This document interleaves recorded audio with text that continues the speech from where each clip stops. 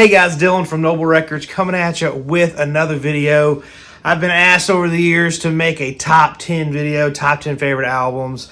I'm not saying that that's what this is, but you know, what I did was I was like, you know what, I'm going to pick 10, and I didn't even make a list before. I just went in my room. I was like, I'm pretending like the house is on fire and I got to grab 10, and went in my room and picked 10 out that were the 10 I could not live without if I had to pick 10. Now, I do think I might have picked more than 10, so we'll just have to see. I literally didn't count. I just grabbed what I thought was 10. So I tried to do it in the most honest and organic way possible, not based on the value of records. So you guys know me, if you follow my channel, I am always recommending obscure music, always talking about music from, hard rock from the 70s, psychedelic rock, funk, soul, jazz, all that stuff. That's like my main thing. I love doing stuff that's off the radar. This is some of my foundational stuff. Most of these records you guys have heard plenty of times. But these are my absolute favorites, so I could not live without. Before we get started, please do me a favor. Today's the last day of the year. It's January 31st, 2023. And my goal for the year was 100,000 subscribers. I am like 500 away. So if you haven't hit that subscribe button, please hit it. If you have more than one account, maybe subscribe from the other account if you haven't already. That would help me out. It was one of our big goals this year. I've been working really hard to make it happen, and we are so close. So anyways, this is my last Hail Mary push. Please, please, please subscribe to the channel. Thank y'all so much. And leave a comment, if there's a record that you couldn't believe I didn't have on there, or you could comment your top 10. I love the community and all that stuff. So I want to hear from you guys. Let's get started. And also try to pick like interesting copies that I have of the records. And this is in absolutely no particular order at all. I couldn't do that. I couldn't rank them top 10. I had to just pick 10. This is one I could not live without. This is my promo copy of Wish You Were Here, Pink Floyd. Out of all the Pink Floyd records, I love Atom Heart Mother. I love Piper at the Gates of Dawn. Obviously love The Dark Side of the Moon. The Wall, I really, really love. It was, big in my childhood. I don't listen to it much anymore, but all the Pink Floyd albums have a special place in my heart. But for some reason, this one's timeless. This one, The Shine On You Crazy Diamond, The Have a Cigar, it's so good. No matter what mood I'm in, I can put this album on. I love it. I know every word. I know every beat. It is like the heartbeat of my teenage years, but I also, like I said, it's timeless for me. It does not ever get old. I love Pink Floyd, Wish You Were Here. Another one in the same vein is Beatles' Abbey Road. I guess I'm busted. I always say that the White Album is my favorite Beatles, but really Abbey Road is the one. I mean, it is, in my mind, like when I put it on, I know every single song that's coming. I know every single beat. It's just like tattooed in my brain. Abbey Road is, I guess I'm saying it now, it's probably my favorite. It's hard to say. Well, see, I feel like that's like saying Dark Side of the Moon is my favorite Pink Floyd album. Well, yeah, it's everybody's favorite, but Abbey Road, it's just so good, start to finish. For me, it's just like I remember when I got it when I was young. It just blew my mind, changed my life. I loved it. This one, Joni Mitchell Blue. If you'd asked me 5 years ago, this would not have probably been on my list. I thought, oh, Joni Mitchell, that's old lady music, whatever. But in the past 5 years, as I've, owned a record store, all that stuff, it's probably past 10 years, honestly. I picked this record up and absolutely loved it. This is my white label promo of it. I love this album. As far as like a songwriting stance goes, we're going to talk about songwriting a little bit more later. There's different facets of why people like music, songwriting being one of them. This is a beautiful, beautiful, beautifully written. Case of You on this record is one of my absolute favorite songs of all time. I will put it in my top 3. This is a fantastic singer-songwriter. And then next, talking about singer-songwriters, this is Townes Van Zandt. This is another one. I really started wearing this thing out like 10 years ago. Townes Van Zandt, this is probably the most obscure record on the list, honestly. But he is, in my opinion, he's my favorite songwriter that's ever lived. And this is my favorite album by him. This is an original Poppy in the Shrink. Super, super, super clean. But, yeah, so I think that with music, there's two kind of feels the thought. There's a rooster behind me crowing in my backyard. Oh, we have chickens. Anyways, one of the schools of thought is like the melody, the music. Like you have bands that don't have any words at all, just like jamming, the notes, the melody. That's one part of it. But then you also have like the poetry of it, the songwriting, the lyrics. Some people are really heavy, like they don't care what the words say. And it depends on the album. Some albums I'm like, I'm not listening to the lyrics. I don't care. This rocks, But with Townes Van Zandt, it's like he bled every word. I mean, every single word is from the heart, from the soul. It's who he is. You couldn't write songs like this without living a life like that. It's just, he lived rough, tough, substance abuse, all that. Like that was his life. And this album, every single word of it breaks your heart, man. And it pulls that emotion, it pulls at your heartstrings. I love this album. It is so much a part of who I am now. I love it. I love it. I love it. I would say this is in my top 3 favorite albums of all time, for sure, no doubt. I couldn't do the list without Funkadelic Maggot Brain. This one, finding this when I was a kid, seeing that cover, listening to it. My mom was really into funk, but she was more into like the Earth, Wind and Fire and stuff, like the stuff that was on the radio. And I remember finding this. She's like, "Oh yeah, I like Funkadelic," and I'm playing it. And she's like, "I have no idea." She didn't listen to this stuff. But this is the nasty guitar solo from Eddie Hazel, all that stuff. This is really funk rock, psychedelic funk rock, and this is like pivotal to a lot of, like you'll see with some of these, this is a seed that grew into like this whole, like a lot of the obscure funk that I really love. It came from this idea, without this, that would never have happened, but Funkadelic Maggot Brain, essential if you haven't heard it. Had to pick a jazz record. I had, this was the last record I chose. I have a stack. I kind of moved them around a little bit, but I was like, I can't do the list without a jazz record. This is Hank Mobley, Soul Station. This is my first US mono press of this. It has Hank Mobley, Wynton Kelly, Paul Chambers, Art Blakey, some of my favorite players on there. This is a super clean copy. This whole list is not about the records, it's about the albums, you know what I mean? This is the exact type of jazz. This is hard bop, but this is the exact type that I really, really, really love. It is phenomenal. If I had to boil it down to one specific sound, this is it. Soul Station's amazing.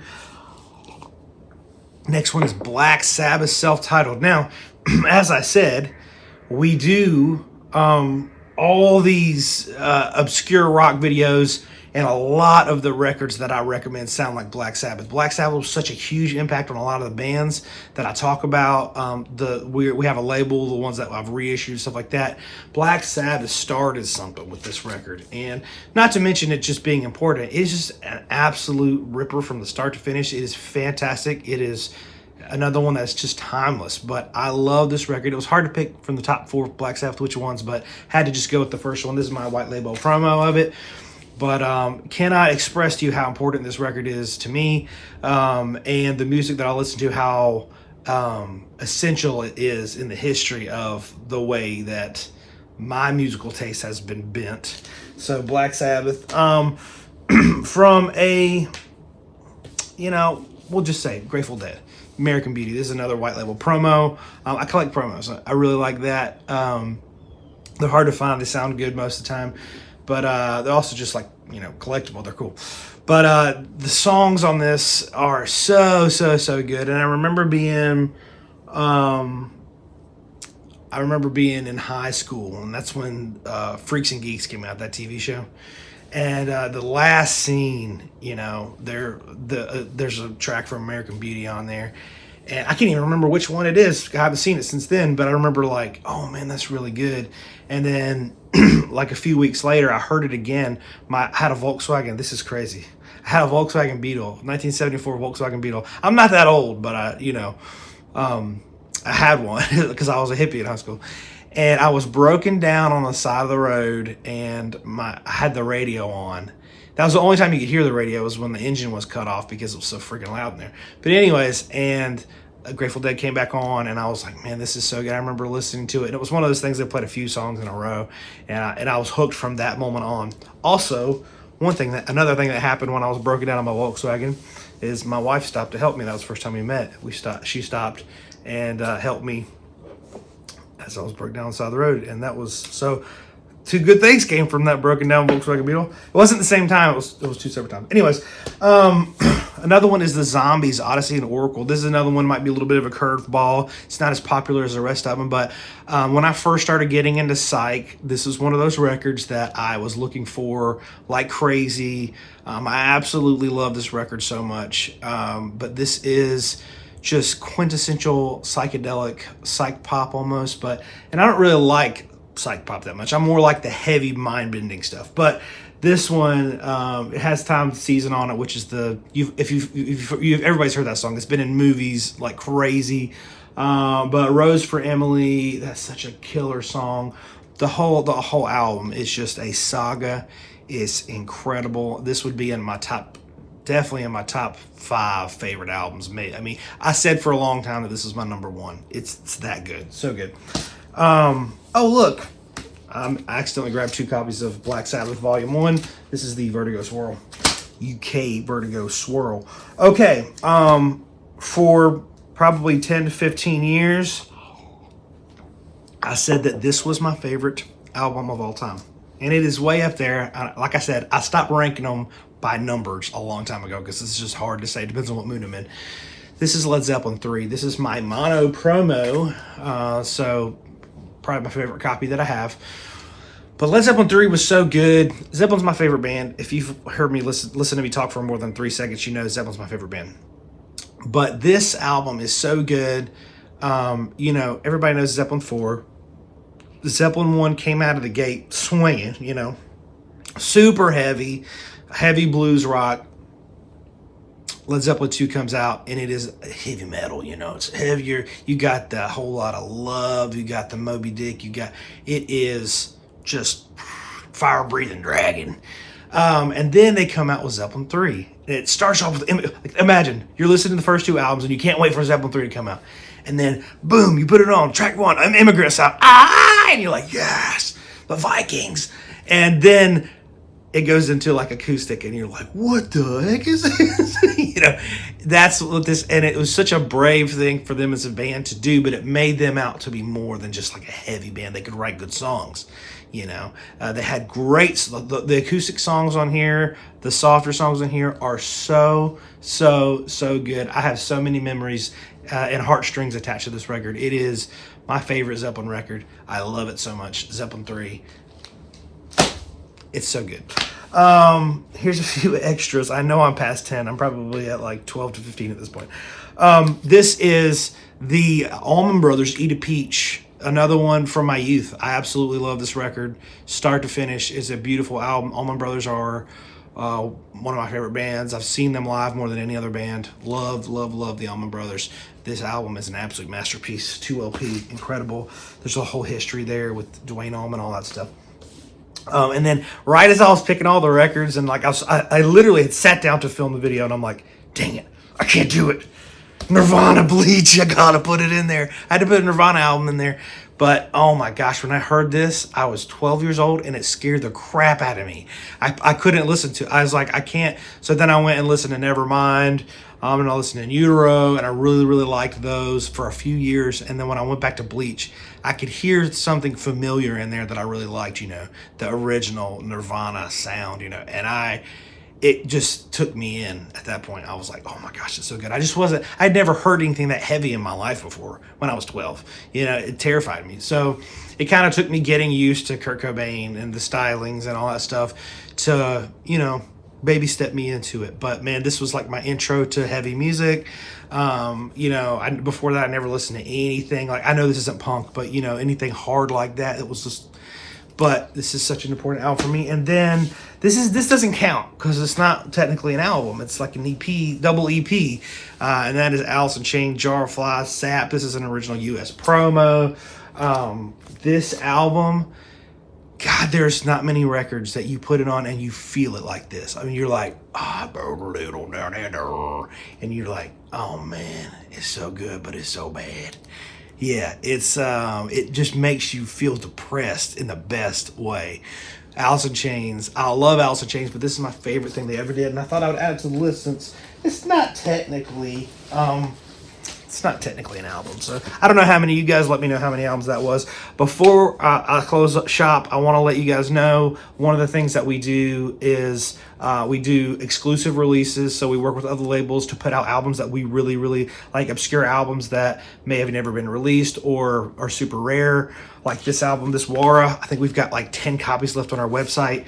The originals, these are $3,000 and impossible to find. I've never even seen one. I'd love to. But this is the Noble Records limited edition. Like I said, this is going to sell out probably today. But this is Gary Del Vecchio buzzing, first time ever on vinyl. It's like a mixture of Pink Floyd and Led Zeppelin. It's incredible. I'm gonna put the link in. I'll pin it in the comments and put it in the description of this video. This is Brotherhood of Peace. This is Southern rock from North Carolina. Really, really good. If you like Skinner, imagine Skinner with harder, raw guitar solos and maybe a little synthesizer. This is Magic Ship. This is a killer Psych record, but it's like if Crosby, Stills, Nash and Young were more psychedelic. But that's the Noble Records green vinyl. And this is the latest one that we just did, Stonewall. It sounds brutal. It sounds like a mixture between Led Zeppelin and Black Sabbath. This on this red and black splatter vinyl, the Noble Records limited edition. This is available on our website now. So if you like that type of thing, check it out on our website. And please, please hit the subscribe button. I appreciate y'all. Have a good one.